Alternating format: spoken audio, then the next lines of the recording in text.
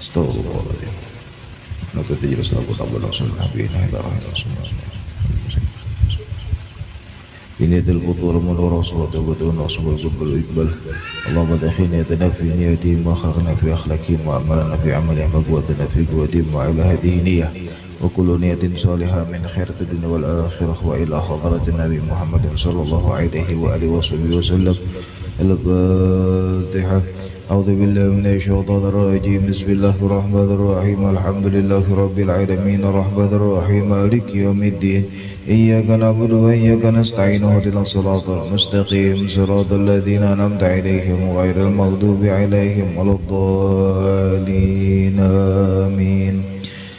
فقل معي نستغفر الله من جميع السيئات تبنا إلى الله من الذنوب ومن العيوب والتابعات تبنا إلى الله من الكلام والحركات والسكنات ومنون إلهي بالقبول لأعمالنا والدعوات ندخل مع طه وآله في صفوف الأولاد ندخل مع طه وآله في صفوف الأولاد ندخل مع طه وآله في صفوف الأولاد. بسم الله الرحمن الرحيم. إذا وقعت الواقعة ليس لوقعتها كاذبة خافضة رافعة. إذا رجت الأرض رجا وبست الجبال بسا فكانت هباء منبثا وكنتم أزواجا ثلاثة فأصحاب الميمنة ما أصحاب الميمنة وأصحاب المشأمة ما أصحاب المشأمة والسابقون السابقون أولئك المقربون في جنات النعيم. ثلة من الأولين وقليل من الآخرين على سرر موضونة متكئين عليها متقابلين يطوف عليهم ولدان مخلدون بأكواب وأباريك وكأس من معين لا يصدعون عنها ولا ينزفون وفاكهة مما يتخيرون ولحم طير مما يشتهون وحور عين كأمثال اللؤلؤ المكنون جزاء بما كانوا يعملون. لا يسمعون فيها لغوا ولا تأثيما إلا قيلا سلاما سلاما. وأصحاب اليمين ما أصحاب اليمين في سدر مخدود وطلح مندود وظل ممدود وماء مسكوب وفاكهة كثيرة لا مقطوعة ولا ممنوعة وفرش مرفوعة. إنا أنشأناهن إنشاء فجعلناهن أبكارا عربا أطرابا لأصحاب اليمين. ثلة من الأولين وثلة من الآخرين. وأصحاب الشمال ما أصحاب الشمال في سموم وحميم وظل من يحموم لا بارد ولا كريم. إنهم كانوا قبل ذلك مترفين وكانوا يصرون على حنث العظيم وكانوا يقولون إذا متنا وكنا ترابا وعظاما أئنا لمبعوثون أو آباؤنا الأولون. قل إن الأولين والآخرين لمجموعون إلى ميقات يوم معلوم ثم إنكم أيها الضالون المكذبون لآكلون من شجر من زقوم فشاربون عليه من الحميم فشاربون شرب الهيم هذا نزلهم يوم الدين نحن خلقناكم فلولا تصدقون أفرأيتم ما تمنون أأنتم تخلقونه أم نحن الخالقون نحن قدرنا بينكم الموت وما نحن بمسبوقين على أن نبدل أمثالكم وننشئكم فيما لا تعلمون ولقد علمتم النشأة الأولى فلولا تذكرون أفرأيتم ما تحرثون أأنتم تزرعونه أم نحن الزارعون لو نشاء لجعلناه حطاما فظلتم تفكهون إنا لمغرمون بل نحن محرومون أفرأيتم الماء الذي تشربون أأنتم أنزلتموه من المزن أم نحن المنزلون لو نشاء جعلناه أجاجا فلولا تشكرون أفرأيتم النار التي تورون أأنتم أنشأتم شجرتها أم نحن المنشئون نحن جعلناها تذكرة ومتاعا للمقوين فسبح باسم ربك العظيم فلا أقسم بمواقع النجوم وإنه لقسم لو تعلمون عظيم إنه لقرآن كريم في كتاب مكنون لا يمسه إلا المطهرون تنزيل من رب العالمين أفبهذا الحديث أنتم مدهنون وتجعلون رزقكم أنكم تكذبون فلولا إذا بلغت الحلقوم وأنتم حينئذ تنظرون ونحن أقرب إليه منكم ولكن لا تبصرون فلولا إن كنتم غير مدينين ترجعونها إن كنتم صادقين فأما إن كان من المقربين فروح وريحان وجنة نعيم وأما إن كان من أصحاب اليمين فسلام لك من أصحاب اليمين وأما إن كان من المكذبين الضالين فنزل من حميم وتصلية جحيم إن هذا لهو حق اليقين فسبح باسم ربك العظيم بسم الله الرحمن الرحيم الحمد لله رب العالمين اللهم صل وسلم على سيدنا محمد وعلى آل سيدنا محمد اللهم صل وجوهنا بالأسار ولا تهنا بالإقدار فنسترزق طالب رزقك ونستدفع شرار خلقك ونشتغل بنا من أعطانا وطلب من منعنا وأنت من وراء ذلك كله أولو العطاء والمنع اللهم كما سنت وجوهنا من سجود إلى لك وسنن الحاجة إليك بجودك وأكرمك وفضلك يا أرحم الراحمين يا أرحم الراحمين يا أرحم الراحمين يغننا فضلك من سوف صلى الله على سيدنا محمد وعلى آله وصحبه وسلم اللهم صل وسلم على سيدنا محمد وعلى آل سيدنا محمد وهب لنا به صلى الله عليه وآله وسلم مسكك الحالة بالمبارك متى سنوا به جعنا عن الترويل أحد من خلقك واجعل لهم إليه طريقا سلم غير فتنة ولا محنة ولا منة ولا تبعة لأحد وجد الله حرام حيث حيث كان وأين كان وعند من كان وحول بيننا وبين أهله واكبت عنا أيديهم واصرف عنا وجوههم وقلوبهم حتى تتكلم بفرلك ونستعين بنعمتك لا فيما تمطر برحمتك يا أرحم الراحمين.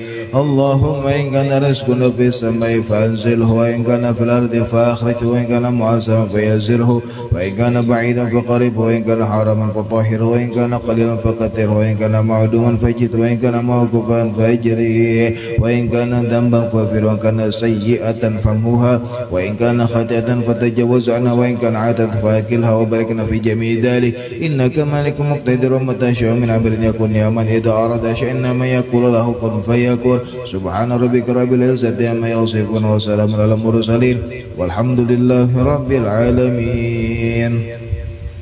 بسم الله الرحمن الرحيم. اللهم يا الله يا علي يا عظيم يا حليم يا عليم أنت ربي وعلمك حسبي فنعم رب ربي ونعم الحسب حسبي تنصر من تشاء وأنت العزيز الرحيم. نسألك الإسمة في الحركات والسكنات والكلمات والإرادات والخطرات من الشكوك والذنون والأوهام الساترة للقلوب عن مطالعة الغيوب فقد ابتلي المؤمنون وزلزلوا زلزالا شديدا وإذ يقول المنافقون والذين في قلوبهم مرض ما وعدنا الله ورسوله إلا غرورا فثبتنا وانصرنا وساخر لنا هذا البحر كما سخرت البحر لموسى وسخرت النار لإبراهيم وسخرت الجبال والحديد لداود وسخرت الريح والشياطين والجن لسليمان وساخر لنا كل بحر ولك في الأرض والسماء والملك والملكوت وبحر الدنيا وبحر الآخرة وساخر لنا كل شيء يا من بيده ملكوت كل شيء. كافها يا عين صاد كافها يا عين صاد كافها يا عين صاد وانصرنا فإنك خير الناصرين وافتح لنا فإنك خير الفاتحين واغفر لنا فإنك خير الغافرين وارحمنا فإنك خير الراحمين وارزقنا فإنك خير الرازقين واهدنا ونجنا من القوم الظالمين ونشرها علينا من خزائن رحمتك وحملنا بها حمل الكرامة مع السلامة والعافية في الدين والدنيا والآخرة إنك على كل شيء قدير. اللهم يسر لنا أمورنا مع راحة لقلوبنا وأبداننا والسلامة والعافية في ديننا ودنيانا وكن لنا صاحبا في سفرنا وخليفة في أهلنا وادمس على وجوه أعدائنا وامسحهم على مكانتهم فلا يستطيعون المضي ولا المجيء إلينا ولو نشاء لتمسنا على أعينهم فاستبقوا الصراط فأنى يبصرون ولو نشاء لمسخناهم على مكانتهم فما استطاعوا مضيا ولا يرجعون. ياسين والقرآن الحكيم إنك لمن المرسلين على صراط مستقيم تنزيل العزيز الرحيم لتنذر قوما ما أنذر آباؤهم فهم غافلون لقد حق القول على أكثرهم فهم لا يؤمنون إنا جعلنا في أعناقهم أغلالا فهي إلى الأذقان فهم مقمحون وجعلنا من بين أيديهم سدا ومن خلفهم عليهم سدا فأغشيناهم فهم لا يبصرون شاهت الوجوه شاهت الوجوه شاهت الوجوه وعنت الوجوه للحي القيوم وقد خاب من حمل ظلما طاسين حاميم عين سين قاف مرج البحرين يلتقيان بينهما برزخ لا يبغيان حاميم حاميم حاميم حاميم حاميم حاميم حاميم هم الأمر واجعلنا أسرف علينا لا ينصرون حاميم تنزيل الكتاب من الله العزيز العليم غافر الذنب وقابل التوب شديد العقاب ذي الطول لا إله إلا هو إليه المصير بسم الله بابنا تبارك حيطاننا ياسر سقفنا كافها يا عين صاد كفايتنا حاميم عين سين قاف حمايتنا فسيكفيكهم الله وهو السميع العليم ستر عرش مسبول علينا وعين الله ناظرة إلينا بحول الله لا يقدر علينا والله من ورائهم محيط بل هو قرآن مجيد في لوح محفوظ فالله خير حافظا وهو أرحم الراحمين والله خير حافظا وهو أرحم الراحمين فالله خير حافظا وهو أرحم الراحمين إن ولي الله الذي نزل الكتاب وهو يتولى الصالحين حسبي الله لا إله إلا هو عليه توكلت وهو رب العرش العظيم حسبي الله لا إله إلا هو عليه توكلت وهو رب العرش العظيم حسبي الله لا إله إلا هو عليه توكلت وهو رب العرش العظيم بسم الله الذي لا يضر مع اسمه شيء في الأرض ولا في السماء وهو السميع العليم بسم الله الذي لا يضر مع اسمه شيء في الأرض ولا في السماء وهو السميع العليم بسم الله الذي لا يضر مع اسمه شيء في الأرض ولا في السماء وهو السميع العليم ولا حول ولا قوة إلا بالله العلي العظيم إن الله وملائكته يصلون على النبي صلوا عليه وسلموا تسليما الله لا إله إلا هو الحي القيوم لا تأخذه سنة ولا نوم له ما في السماوات وما في الأرض من ذا الذي يشفع عنده إلا بإذنه يعلم ما بين أيديهم وما خلفهم ولا يحيطون بشيء من علمه إلا بما شاء وسع كرسيه السماوات والأرض ولا يعود حفظهما وهو العلي العظيم يا الله يا نور يا حق يا مبين اقصني من نورك وعلمني من علمك وافهمني عنك واسمعني منك وبصرني بك واقمني بشهودك وعرفني طريق اليك وأعن علي بفضلك والبسني لباس التقوى منك انك على كل شيء قدير يا سميع يا عليم يا حليم يا علي يا عظيم يا الله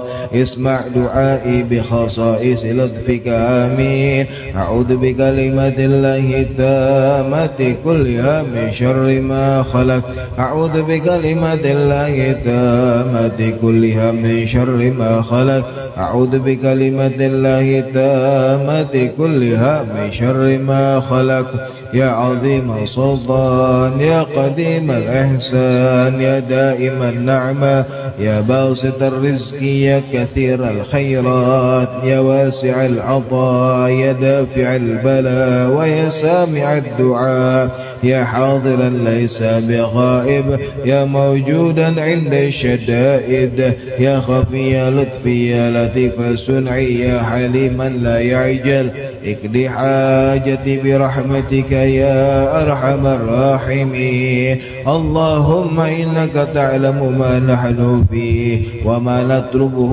ونرتجيه من رحمتك في أمرنا كله فيسر لنا ما نحن فيه من سفرنا وما نطلبه من حوائجنا وقارب علينا المسافات وسلمنا من العلال والآفات ولا تجعل الدنيا أكبر همنا ولا مبلغ علمنا ولا تسلط علينا ما لا يرحمنا برحمتك يا أرحم الراحمين وصلى الله على سيدنا محمد وآله وصحبه وسلم.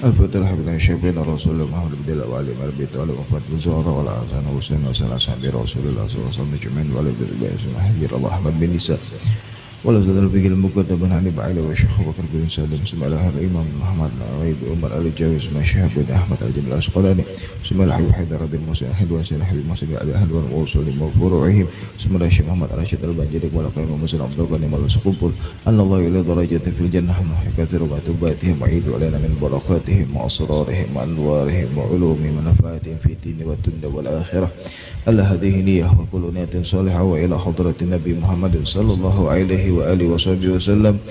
الفاتحة. أعوذ بالله من الشيطان الرجيم. بسم الله الرحمن الرحيم. الحمد لله رب العالمين الرحمن الرحيم مالك يوم الدين إياك نعبد وإياك نستعين اهدنا الصراط المستقيم صراط الذين أنعمت عليهم غير المغضوب عليهم ولا الضالين آمين. بسم الله الرحمن الرحيم. الحمد لله الذي يقذف إذا شاء في قلوب المريدين لوعة الإرادة ويزعجهم إلى سلوك السبيل السعادة التي هي الإيمان والعبادة ومحو كل رسم وعادة. اللهم صل وسلم وبارك وكرم على عبدك المجتبى المصطفى سيدنا محمد سيد أهل السيادة وعلى آله وأصحابه سادة القادة. سبحانك لا علم لنا إلا ما علمتنا إنك أنت العليم الحكيم ولا حول ولا قوة إلا بالله العلي العظيم. رب اشرح لي صدري ويسر لي أمري واحلل عقدة من لساني يفقهوا قولي. أما بعد. Alhamdulillah, puji syukur kehadirat Allah Subhanahu wa taala yang terus memberikan kepada kita taufik serta hidayahnya serta karunia yang Allah berikan kepada kita yang berlimpah ruah. Maka mudah-mudahan kita bisa mensyukuri apa yang Allah berikan kepada kita sehingganya kita tergolong sebagai hamba yang pandai bersyukur kepada Allah Subhanahu wa taala, dan Allah terus kemudian merahmati dan meridhai kita di dalam keseharian kita. Amin ya rabbal alamin. Salawat dan salam teraturkan untuk baginda Rasul Muhammad sallallahu alaihi wa alihi wasallam, juga para keluarga beliau, para sahabat, para tabi'in hingga akhir zaman, dan mudah-mudahan salawat ini menjadi sebab kelak kita dikumpulkan bersama beliau di dalam surganya Allah Subhanahu wa taala. Amin ya rabbal alamin. Hadirin hadirat, ikhwan akhwat yang dicintai oleh Allah, qala musannif rahimahullah wa nafa'ana bihi wa bi'ulumihi fid dharain. Amin radhiyallahu ta'ala anhu wa ankum ila anqal. Kita masih kemudian di kalam atau di hikmahnya Al-Imam Hasan Al-Basri, yang mana sebelumnya sudah pernah ulun bahas tentang apa yang disampaikan oleh beliau, yang mana beliau mengatakan man aradad dunya wa ikhtaraha 'alal akhirah agabahullahu bisitti uqubatin thalatun fid dunya wa thalatun fil akhirah. Jadi yang mana kemudian beliau mengatakan, kata beliau, barang siapa yang menginginkan dunia, artinya segala sesuatu yang sifatnya duniawi, atau kata Imam Ali karamallahu wajhah, kullu may yansaka 'anil akhirah fahiya dunya, segala sesuatu yang melupakan kita ke negeri akhirat, maka itu pun kemudian tergolong dunia. Namun kemudian yang dimaksud di sini oleh Imam Hasan Al-Basri adalah hal-hal yang sifatnya duniawi, baik itu yang kita miliki ataupun yang kita pakai ataupun yang kita tempati, walhasil segala sesuatu yang sifatnya duniawi. Jika kita, kata Imam Hasan Al-Basri, lebih mengutamakan dunia ketimbang kita kemudian memikirkan akan negeri akhirat, maka ketahuilah, kata Imam Hasan Al-Basri, kita akan diberikan 6 perkara oleh Allah Subhanahu wa taala. Yang mana yang pertama sudah kita bahas minggu lalu, bahwasanya kata beliau, yakni fa'amalun laisa lahu muntaha, orang yang memiliki angan-angan bahkan laisa lahu muntaha, yang kadada habisnya.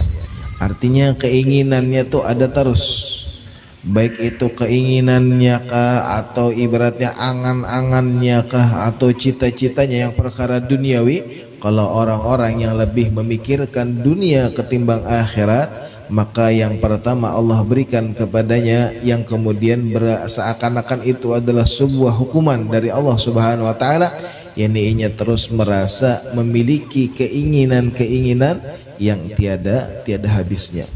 Artinya keinginannya banyak nih, sehingga kemudian ada terus keinginannya sampai kada habisnya. Bahkan ini dijelaskan oleh Al-Imamul Haddad di dalam kitab beliau Risalatul Mu'awanah. Terkadang kata beliau ada orang-orang yang kehidupannya, anggaplah kasarnya tuh jadi gitu, kehidupannya anggap orang yang kada mampu, tapi kelak kemudian di akhirat karena naudzubillah walaidzubillah hisabnya kayak hisab orang yang kaya raya.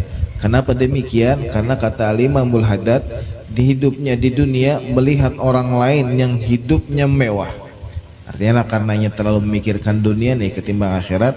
Lalu ketika ia melihat orang-orang yang diberikan oleh Allah kemudahan di dalam perkara duniawinya, baik itu kemudian orang ini banyak harta atau nya bisi rumah mewah atau nya bisi kendaraan bagus apa segala macam, melihat kepada orang-orang yang seperti ini, lalu inya bisi angan-angan ujar Imamul Haddad, yakni kemudian seandainya aku bisi jar kemudian seperti yang dimiliki orang itu, Reni kaya raya kan apa segala macam, aku hendak kayak aja berjalanan ke luar negeri aja, atau kena aja berisi mobil mewah atau inilah apa segala macam angan-angannya selama hidup di dunia.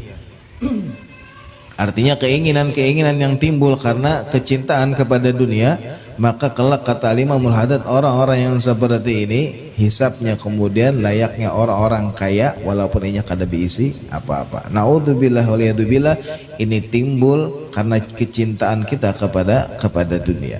Itu yang pertama yang diberikan oleh Allah Subhanahu wa taala kepada mereka yang lebih mencintai dunia ketimbang memikirkan negeri akhirat.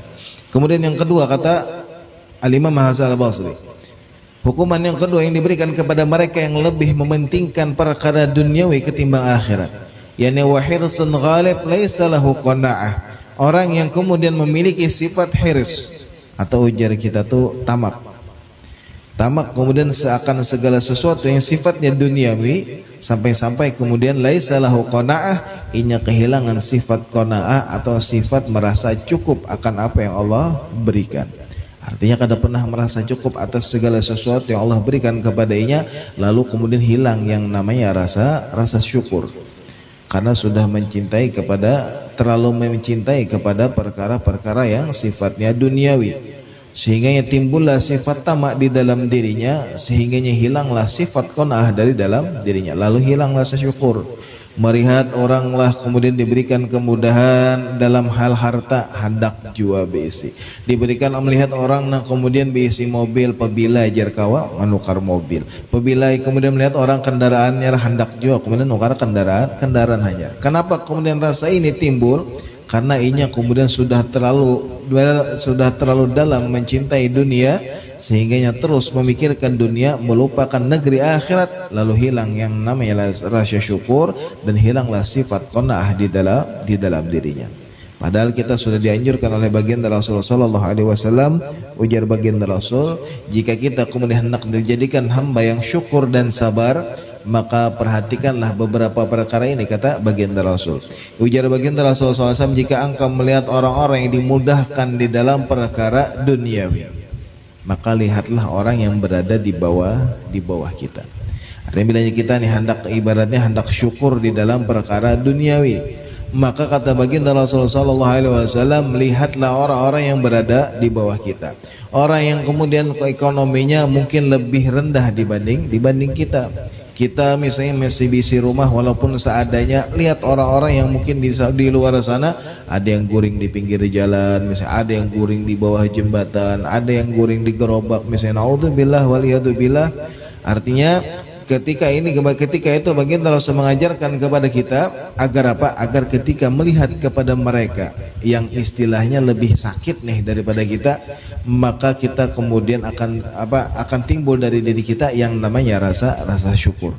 Alhamdulillah kita masih bisi rumah, malam kada kedinginan, hujan kita kada kehujanan, dibandingkan mereka orang-orang yang guring di pinggir jalan sana, di luar sana. Maka kita akan timbul rasa syukur di dalam hati kita kalau kita melihat orang-orang yang berada di bawah kita di dalam perkara duniawi. Begitu juga tetapi sebaliknya, kata baginda Rasulullah SAW, jika itu perkara yang sifatnya ukhrawi, artinya dari segi ibadah, segi kebaikan dan segala macam, lihat orang yang lebih dari kita. Orang yang ibadahnya lebih banyak, sholat sunnahnya lebih banyak, perkara-perkara sunnah yang digawe lebih banyak, inya ketujuh sedekah, inya ketujuh membantu orang. Lihatlah kepada orang-orang seperti ini, kata baginda Rasul, agar timbul semangat di dalam diri kita, agar kita pun kemudian melakukan hal yang sama. Kita perbanyak sholat sunnah, kita perbanyak kemudian kebaikan-kebaikan, agar kita semangat di dalam beribadah kepada Allah Subhanahu wa taala dan semangat di dalam berbuat baik di dalam keseharian kita. Sehingganya kalau kita melihat di dalam perkara duniawi kita bisa bersyukur, tetapi di dalam perkara ukhrawi kita bisa semangat untuk memperbaiki diri kita. Jangan kita balik. Ini kita melihat orang-orang yang orang yang di dalam perkara akhiratnya, kita melihat orang yang di bawah kita.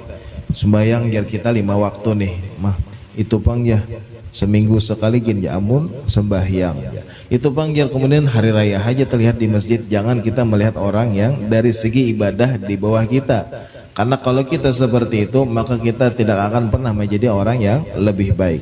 Begitu juga di dalam perkara duniawi, jangan kita melihat orang yang berada di atas kita, sebab kalau kita melihat orang-orang yang lebih baik dari kita dalam perkara duniawi, maka akan timbullah yang namanya sifat tamak dan akan timbullah yang namanya panjang angan-angan. Jadi bilanya melihat orang yang sugih daripada kita lah atau lebih baik dari kita, lalu kemudian ya Allah aja apabila juga sugih, ya Allah apabila aja jobi sih mobil, ya Allah aja bila, artinya terus ada keinginan sehingganya hilanglah sifat qanaah dari dalam diri kita. Naudzubillah waliyadzubillah. Maka ini adalah salah satu hukuman dari Allah Subhanahu wa taala ketika kita terlalu mengutamakan dunia ketimbang kemudian perkara-perkara akhirat.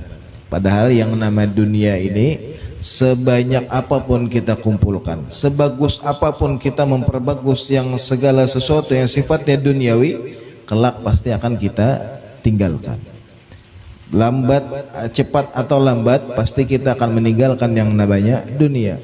Kalaupun kemudian kita memiliki harta yang banyak apa segala macam, maka ketahuilah, kata para ulama, harta yang kita miliki itu akan dibagi-bagi. Rumah yang kita miliki itu pun kemudian akan dibagi-bagi.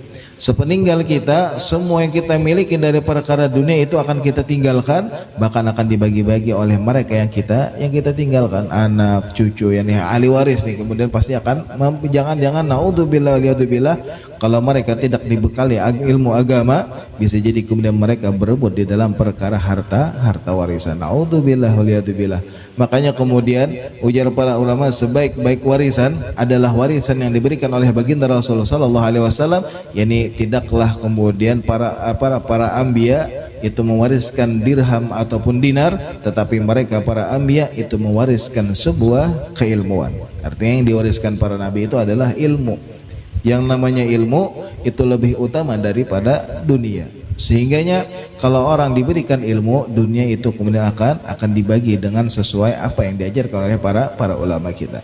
Sehingganya sebanyak apapun, sebaik apapun kita memperbagus dunia, maka kelak pasti akan kita tinggalkan. Tetapi yang namanya akhirat yang mungkin sering kita lupakan, maka itu adalah tempat kembali kita. Sebenarnya itulah tempat kita yang kemudian kelak kekal di alam akhirat sana, yang itulah kehidupan kita sebenarnya. Sebagaimana kata Imam Ali karamallahu wajhah, an-nasu niyamun wa idza matu intabahu. Hakikatnya manusia ini, kata Imam Ali karamallahu wajhah, di dunia ini mereka seakan-akan tidur. Fa idza matu intabahu, ketika mereka meninggal maka saat itulah mereka tersadar dan terbangun dari tidur mereka. Artinya kehidupan yang kita lalui dunia ini seakan-akan mimpi aja. Artinya sekadarnya aja nih. Yang namanya mimpi, kadang mungkin kita berlawasan ada di dalam mimpi. Pasti ada masanya kita bangun dari guringnya kita. Bilanya kita guring, hanya kita ke kehidupan yang nyata. Begitulah kata Imam Ali, kita hidup di dunia. Hidup dunia ini ujar sih seakan-akan kita mimpi. Kita mati, hanya kita masuk ke kehidupan yang sebenarnya, yang di kehidupan kita di negeri akhirat. Kalau selama di dunia kita mampu ibaratnya memperbanyak amal baik dan ibadah, maka banyak yang menemani kita di alam barzakh. Sebaliknya, kalau kita nih ibaratnya jarang-jarang beribadah, jarang-jarang berbuat baik, maka sedikit pula yang menemani kita di negeri akhirat. Itulah yang kedua yang dikatakan oleh Imam Hasan al-Basri, bahwasanya kata beliau, orang yang terlalu mencintai dunia akan kemudian Allah berikan yang namanya sifat hiris atau sifat tamak kepada dunia, bahkan Allah hilangkan yang namanya sifat qanaah di dalam dirinya. Naudzubillah wal iyadzubillah. Kemudian yang selanjutnya kata Imam Hasan al-Basri, wa akhadha minhu halawatul ibadah, dan kemudian mereka yang mencintai dunia, orang-orang yang terlalu mencintai dunia, kata Imam Hasan al-Basri, daripada negeri akhirat, maka Allah akan mengambil dari mereka kenikmatan atau manisnya di dalam beribadah. Artinya karena apa? Karena terlalu sibuk memikirkan dunia. Sehingganya kada jarang dari kita yang di dalam sholatnya pun masih memikirkan perkara-perkara duniawi. Bukankah sebenarnya di dalam kitab Al-Imamul Haddad beliau menjelaskan bahwasanya ujar sidin, as-salatu mi'rajul mu'min. Jadi ujar Imamul Haddad, salat itu, kita salat nih, itu ujar sidin sama dengan mi'rajul mu'min, mi'rajnya seorang mukmin. Apa itu mi'raj? Yani sama dengan peristiwa Isra dan Mi'raj. Yani Isra itu adalah perjalanan baginda Rasul dari Masjidil Haram ke Masjidil Aqsa. Sedangkan Mi'raj itu adalah perjalanan baginda Rasulullah sallallahu alaihi wasallam dari Masjidil Aqsa menuju Sidratul Muntaha, yang bertemu dengan Allah Subhanahu wa taala. Maka maksud dari Al-Imam Al-Haddad adalah bahwa kata beliau, yang namanya as-salatu mi'rajul mu'min, salat itu mi'rajnya orang mukmin. Artinya ketika kita salat, hakikatnya dohirnya kan kita gerakan sholat, ada ruku, ada sujud, ada qiyam. Nah dohirnya itu, tetapi hakikatnya kita sholat itu seakan-akan kemudian kata beliau kita berdialog dengan Allah Subhanahu wa ta'ala. Kita sedang berbincang dengan Allah Subhanahu wa ta'ala, sehingga disebutkan di dalam riwayat, innal musallina munajin rabbahu. Sesungguhnya mereka orang-orang yang sholat munajin rabbahu, mereka sedang bermunajat dengan Allah Subhanahu wa ta'ala. Artinya sedang berdialog. Kita membaca ayat, kita kemudian ibaratnya membaca tahiyat. Lihat kita tahiyat itu, at-tahiyatul mubarakatuh salawatut tayyibatu lillah. Artinya assalam itu untuk Allah, as-salawatut tayyibatu, semuanya itu diberikan untuk Allah Subhanahu wa ta'ala. Seakan-akan kita berdialog. Di dalam salat ini kita sedang bertemu dengan Allah Subhanahu wa taala. Makanya Al-Imam Ali Zainal Abidin, cicit dari baginda Rasulullah sallallahu alaihi wasallam, ketika ditanya kenapa garanjar beliau itu bilanya wudu pasti pucat. Jadi ujar saya, bagaimana aku kada pucat?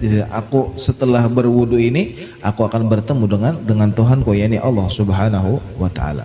Artinya bilanya sembahyang seakan-akan kita bertemu dengan Allah, kita menghadap kepada Allah Subhanahu wa taala. Jadi dari wudu aja sidin sudah memikirkan hendak bertemu dengan Allah, sehingga sidin ketakutan luar biasa ingin bertemu dengan Allah Subhanahu wa taala. Sadar ketika salat kita sedang bermunajat dan berdialog dengan Allah Subhanahu wa taala. Artinya as-shalah merajul mukmin. Salat ini meratnya seorang mukmin.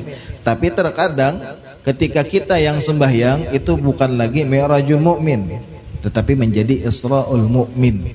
Artinya perjalanan dunia. Ada yang sembahyang tetapi kemudian pikirannya ada yang di pasar, ada yang di kantor, ada yang di rumah, ada yang di mana-mana nih pikirannya. Artinya bukan lagi memikirkan dia sedang bersama dengan Allah, tetapi memikirkan perkara-perkara yang sifatnya duniawi. Sehingganya walaupun tubuhnya sembahyang tapi pikirannya ada di mana-mana. Nah itu bedanya kita kemudian dengan mereka para aulia ataupun para mereka orang-orang yang kemudian ahli ibadah, ahli kemudian di dalam mendekatkan diri kepada Allah Subhanahu wa taala.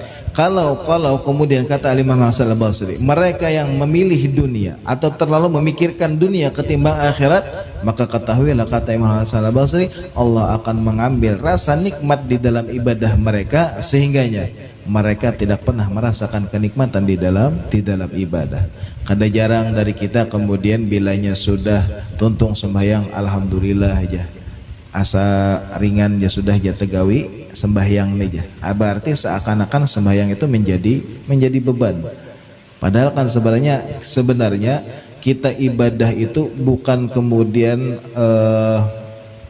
artinya bukan itu menjadi beban bagi kita, tapi bagaimana kita kemudian melakukan yang namanya ibadah itu karena kecintaan kita kepada Allah Subhanahu wa taala.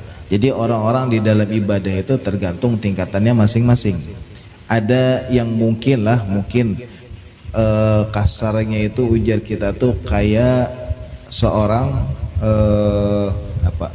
kayak kuli lah. Artinya kuli ini kayak apa? Artinya bilanya menggawi ini upahnya ini gitu. Terkadang kita sebagai hamba itu mengharap balasan dari Allah Subhanahu wa taala. Beribadahlah kita kemudian menggawi ini, terkadang kita masih bertakut apa garang jar fadilahnya ini aja. Apa garang jar keutamaannya ini, apa garang jar kemudian bilanya menggawi ini nih aja. Apa jar dapatnya ini Bang, apa jar dapatnya. Terkadang kada jarang dari kita masih memikirkan hal-hal yang balasan dari Allah Subhanahu wa taala. Kadang kita sembahyang duha, kenapa garang jar sembahyang duha supaya dilancarkan rezeki. Atau kemudian kenapa garang jar melakukan ini, oh supaya ini. Terkadang kita masih memikirkan hal-hal seperti ini yang kualitas ibadah kita ujar para ulama inilah. Kemudian kalau ulama itu mengatakan abd itu kan hamba nih. Artinya ujar kita tuh anggaplah kayak kuli. Sehingganya kita itu masih memikirkan apa garang balasan dari Allah bilanya kita menggawi ini gitu. Jadi kualitas ibadah kita itu bukan karena apa-apa, tapi masih mengharap imbalan dari Allah Subhanahu wa taala. Itu yang kita lakukan di dalam ibadah kita. Berbeda dengan mereka para aulia, berbeda mereka dengan para kekasih Allah. Ketika mereka beribadah, ketika mereka melakukan yang dikatakan sebagai baik itu kayak zikir, sholawat ataupun ibadah-ibadah yang lainnya. Kenapa mereka melakukan demikian? Karena mereka ingin bertemu dengan Allah Subhanahu wa ta'ala. Karena mereka merasakan kenikmatan di dalam ibadah mereka. Karena mereka kemudian merasakan ketenangan di dalam ibadah mereka. Makanya seperti salah satu ulama kemudian di Hadramaut itu ada seorang ulama yang bangsanya dari Jamalul Lail. Itu Sidin bilanya Sidin membaca Al-Quran, itu beliau merasakan manisnya madu di muntung Sidin. Sehingganya Sidin bilanya bulan puasa, Sidin kadang membaca Quran di siang hari. Kenapa? Karena Sidin bilanya aku membaca di siang hari, aku merasakan manisnya madu dan aku merasakan semangat yang luar biasa, sehingganya aku kadang merasa uyuh Sidin. Sehingganya Sidin sama aja Sidin kemudian puasa kadang merasakan uyuh, berarti sama aja bohong. Sehingga Sidin kadang baca di siang hari karena merasakan manisnya madu ketika membaca Al-Quran. Kalau kita sampai ke tahapan kemudian yang merasakan manisnya bacaan Al-Quran kita, mungkin belum sampai. Syukur-syukur kita kadang merasa bosan di dalam kita membaca Al-Quran. Kita kadang sejus, 2 juz, jangan sejus 2 juz. Artinya selembar 2 lembar aja sudah merasakan ibaratnya ya Allah aja, asa banyak mana sudah nih. Artinya inilah kemudian masih belum bisa merasakan nikmatnya di dalam beribadah. Atau seperti kemudian Imam Ali Zainal Abidin yang setiap malamnya melakukan salat malam atau tahajud gitu sebanyak 1000 rakaat. Karena apa? Karena nikmat di dalam ibadah. Ada para wali kemudian seperti misalnya seperti kemudian Al-Imam Syafi'i yang kemudian bilanya membaca Al-Quran, bilanya sembahyang sunnah itu setiap rakaatnya itu satu kali hatam. 1 rakaat hatam, 2 rakaat 2 kali hatam. Sudahkah kita sampai kepada tahapan mereka? Belum. Mungkin bisa jadi kemudian bukan karena kita terlalu mencintai dunia, tapi karena kita tidak membiasakan diri kita dengan hal-hal yang baik. Tapi naudzubillah waliyadzubillah, kata Imam Hasan Al-Basri, kalau kemudian kita terlalu mencintai dunia, kata Imam Hasan Al-Basri, maka Allah akan mencabut yang namanya, mengambil dari kita yang namanya rasa nikmat dan manisnya di dalam beribadah. Bisa jadi kemudian kita yang kurang ibadah, lalu kurang ibadah, kurang hal-hal yang baik, bisa jadi kita belum merasakan manisnya, bisa jadi karena belum terbiasa. Atau kemudian bahkan kita yang sudah membiasakan diri, artinya kita sudah istiqomah nih di dalam hal-hal yang baik, di dalam hal-hal yang sifatnya ibadah, tapi belum merasakan manisnya ibadah kita, maka bisa jadi kemudian karena kecintaan kita kepada dunia. Ingat, dunia itu bukan sesuatu yang sifatnya hanya harta aja. Segala sesuatu yang kemudian melupakan kita kepada negeri akhirat pun itu namanya dunia. Anak-anak kita yang kemudian kita didik apa segala macam melupakan kita akan negeri akhirat, maka itu pun kemudian namanya dunia. Harta yang kita miliki, bahkan kemudian para ulama mengatakan ibadah kita pun, jika kita kemudian melakukan ibadah dan kebaikan tetapi tujuannya bukan karena Allah, artinya tujuannya dunia, maka itu pun kemudian sifatnya duniawi. Artinya kebaikan kita pun kemudian kalau tujuannya bukan Allah Subhanahu wa taala, maka bisa jadi kemudian itu menjadi sifatnya duniawi. Maka itu pun kemudian hukumnya dunia. Maka jangan sampai kita kemudian melakukan segala sesuatu karena ada tujuan dari dalam diri kita, maka lakukanlah semuanya semata-mata karena Allah dan Rasulnya, sehingga kita bisa merasakan manisnya ibadah kita, sehingga kita merasakan nikmat yang di dalam kita beribadah. Maka jangan sampai kita kemudian lebih mengutamakan dunia ketimbang akhirat, karena yang namanya dunia sebanyak apapun pasti akan kita tinggalkan. Sehingga kemudian Al-Imam Ali Karramallahu wajhahu pun pernah kemudian suatu hari ketika beliau mengatakan, kata beliau, ana madinatul ilm, kata apa beliau menukil hadis yang dikatakan oleh baginda Rasul, bahwa kata baginda Rasul, ana madinatul ilm wa aliyun babuha, aku kata baginda Rasulullah SAW adalah kota ilmu, sedangkan Ali adalah pintu dari kota ilmu tersebut. Artinya setiap orang yang hendak mendapatkan keilmuan itu pastilah kemudian sanatnya atau silsilahnya pasti kemudian berakhir di Imam Ali Karramallahu wajhah. Sehingganya orang-orang Khawarij, artinya orang-orang yang membenci Islam di zaman Imam Ali Karramallahu wajhah, datang kepada Imam Ali Karramallahu wajhah mengatakan, jika benar apa yang engkau katakan wahai Ali, bahwa engkau adalah pintu gerbang untuk menuju kota ilmu, maka beritahukanlah kepada kami apa kemudian mana mulia antara ilmu dengan harta atau dengan yang namanya dunia. Artinya kemudian ketika itu orang-orang Khawarij ini ingin menguji keilmuan Imam Ali, sehingganya mereka sekongkol jadi rombongan nih. Jadi ada waktu itu kemudian rombongan yang mana rombongan ini dibagi menjadi 10 rombongan, yang setiap rombongan ini menanyakan hal yang sama kepada Imam Ali tentang mana mulia atau mana baiknya antara ilmu dengan harta. Sehingganya datang bersamaan dengan pertanyaan yang sama, sehingganya Imam Ali mengatakan, bahkan beliau menjawab 10 pertanyaan yang sama ini dengan 10 jawaban yang berbeda-beda. Ketika ditanya dengan rombongan yang pertama, mana mulia antara ilmu dengan harta, kata Imam Ali karramallahu jelas lebih mulia ilmu, sebab kata beliau, ilmu itu adalah warisan para nabi, sedangkan harta adalah warisannya Qarun. Qarun itu zamannya di zamannya Fir'aun. yang tamak kepada harta, tamak kepada dunia, sehingganya ketika itu ia merasa orang yang paling kaya di alam semesta aja. Kadada orang yang lebih kaya dari ujar Qarun, sehingganya Allah murka, Allah tenggelamkan Qarun dan harta-hartanya ditelan oleh bumi. Sehingganya bilanya kita itulah dapat harta pendaman, pasti jatuhnya harta karun. Karena itu dulu itu awal mulanya jadi harta karun. Sebab dulu Qarun dan hartanya itu ditelan oleh bumi karena kesombongannya, merasa maling orang paling kaya. Itu yang pertama kata Imam Ali. Yang rombongan pertama menanyakan mana yang lebih mulia, ilmu atau harta? Kata beliau jelas ilmu. Sebab ilmu adalah warisan para nabi dan harta adalah warisannya Qarun. Kemudian rombongan yang kedua menanyakan hal yang sama. Dijawab lagi oleh Imam Ali, jelas lebih utama ilmu. Sebab yang ilmu itu kata Imam Ali, ilmu yahrusuk wa anta tahrasul mal. Ilmu itu menjagamu, sedangkan harta engkau yang menjaganya. Kita nih makin banyak besi harta, makin bingung memikirkan. Di sini ada, misalnya di sini ada warung, misalnya di sini ada toko, di sini bisi toko. Malam-malam hendak kuring masih memikirkan toko. Oh ini pangjar kemudian untungnya kayak apa? Oh ini hasilnya nang kayak apa? Kita sibuk memikirkan dunia. Kalau kita memiliki dunia, sedangkan ilmu, sebanyak apapun kita memiliki ilmu, pasti ilmu yang akan menjaga kita. Makin kita amalkan, maka ilmu kelak bahkan akan menjadi saksi di hadapan Allah Subhanahu wa Ta'ala. Kemudian rombongan yang ketiga bertanya hal yang sama kepada Imam Ali.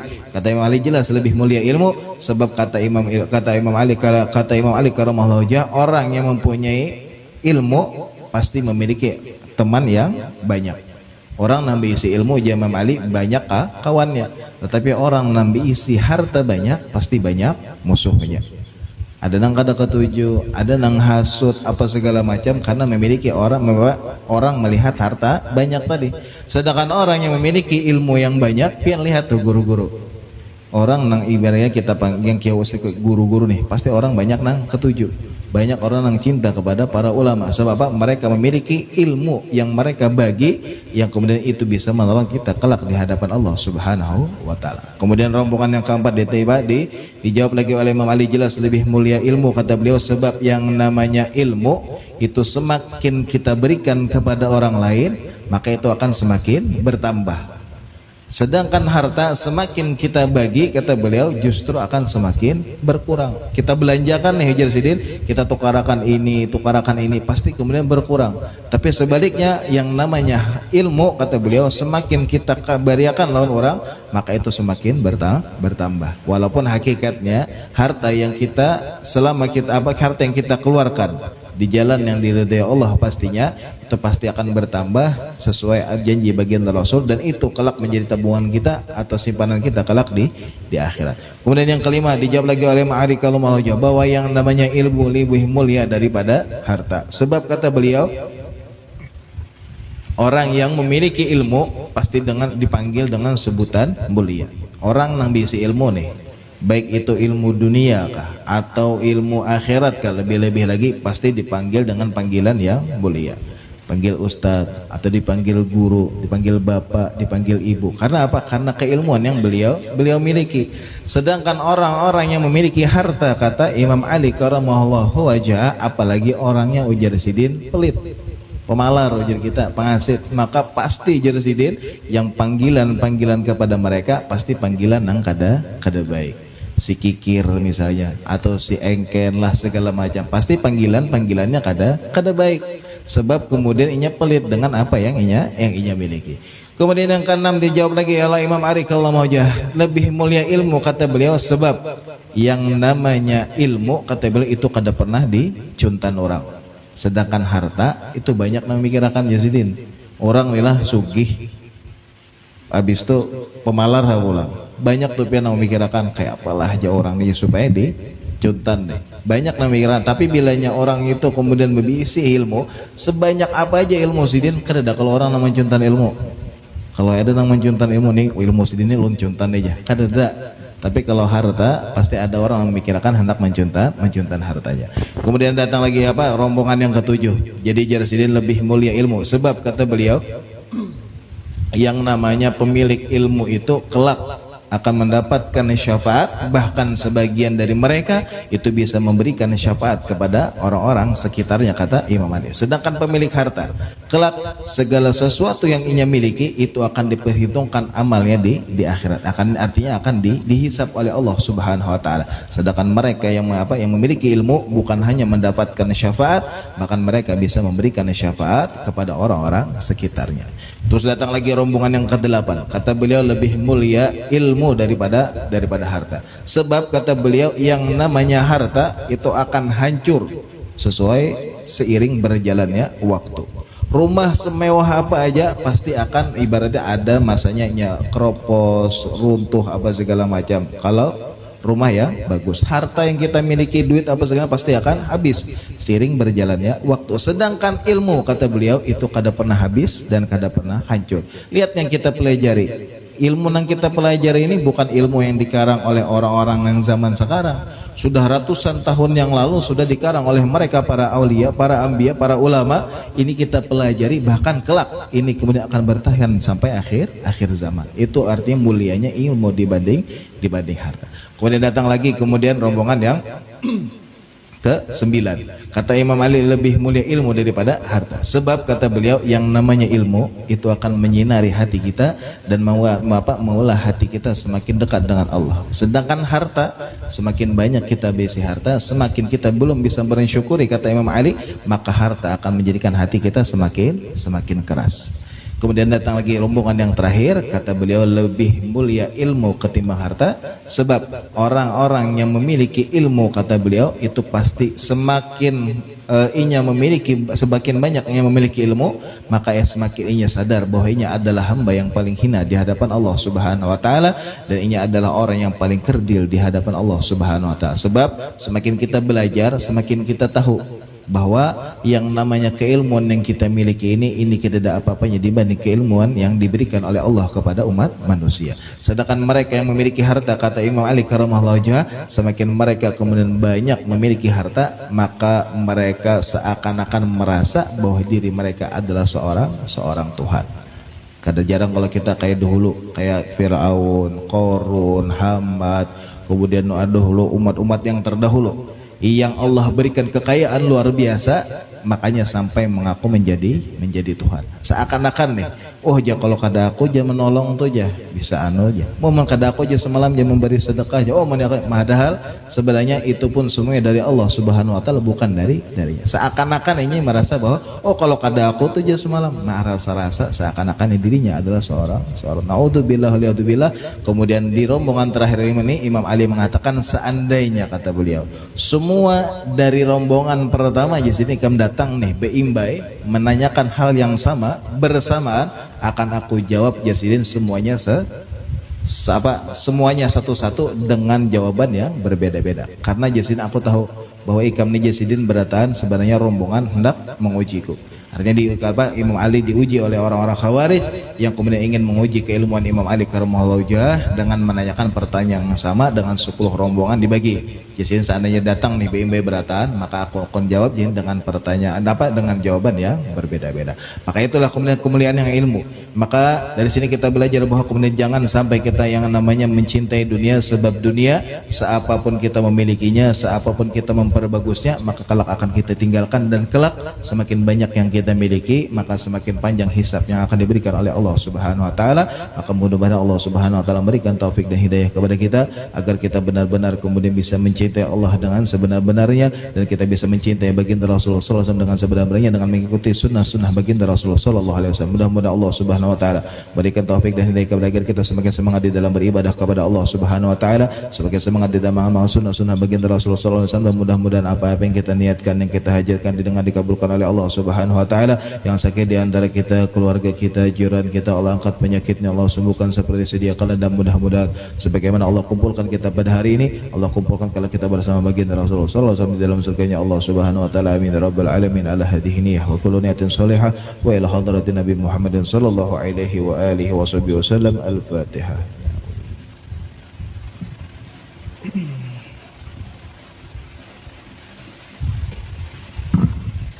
Bismillahirrahmanirrahim. Alhamdulillahirabbil alamin. Allahumma shalli wa sallim ala sayyidina Muhammadin wa ala ali sayyidina Muhammad. Allahumma rzuqna fahma nabiyyin wa hifdzal mursalin wa ilhama malaikatil muqarrabin. Rabbana taqabbal minna innaka antas samiul alim wa tub alaina innaka antat tawwabur rahim. Allahumma ij'al jam'ana hadza jam'an marhuma wa tafarraqana ma'suma wa la taj'al fina wa la minna wa la ma'ana syaqi wa la maduna bi rahmatika ya arhamar rahimin. Sallallahu ala sayyidina Muhammadin wa ala alihi washabihi wasallam. Fadli subhana rabbika rabbil izzati amma yasifun wa salamun alal mursalin walhamdulillahi rabbil alamin.